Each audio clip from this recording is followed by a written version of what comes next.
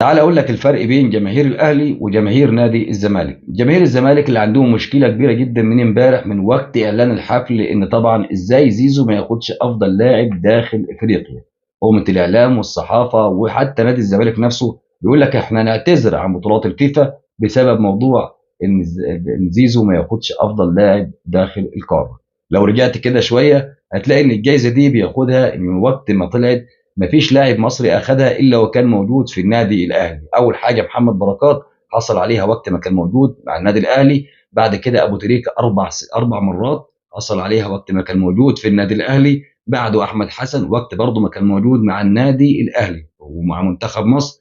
عندك كمان الشناوي واخرهم كان بيرسي تاو وقت ما كان موجود برضه مع النادي الاهلي. يعني معنى كده ان الجائزه دي بتتاخد من دوري ابطال افريقيا وليس الكونفدراليه. لكن احنا كمان كان معانا حسين الشحات موجود مع زيزو